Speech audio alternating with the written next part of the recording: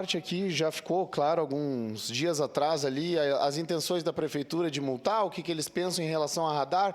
Está mais que claro para todo mundo, então esse pedido aqui eu fui pego pela burocracia, que demora para o pedido de informações vir até ali, até a data que ele vem para o plenário, a gente às vezes acaba já tirando as dúvidas, né? Então muitas dúvidas dessa primeira parte a gente já tirou, já entendeu que o que vai multar, o que não vai, que as câmeras não, né, segundo ali as secretarias responsáveis, não irão ser utilizadas para multas, né? Segundo eles, todas elas, né, a questão do CIOP, por exemplo, e tal, não são utilizadas para multar, segundo eles, então isso aí é tranquilo. O que a gente ficou na dúvida é a questão de um aplicativo que o contrato aquele ali quase milionário, né, aliás, multimilionário daqui a pouco, se botar tudo na ponta do lápis, ele prevê a questão de um aplicativo que o contribuinte, o pessoal ali pode ter acesso. A gente achou meio, não entendeu muito bem essa parte do contrato, e aonde estaria esse aplicativo, e se não tem, se não foi feito, o porquê que não foi feito, e se vai ter uma punição para a empresa por não colocar, ou como é que vai ser, ou se vai ser feito daqui a pouco, ou se está sendo feito e a gente não sabe, né? Para quem está em casa, para entender um pouco melhor a nossa dúvida. Então, seria mais esse o pedido de informações. Muito obrigado.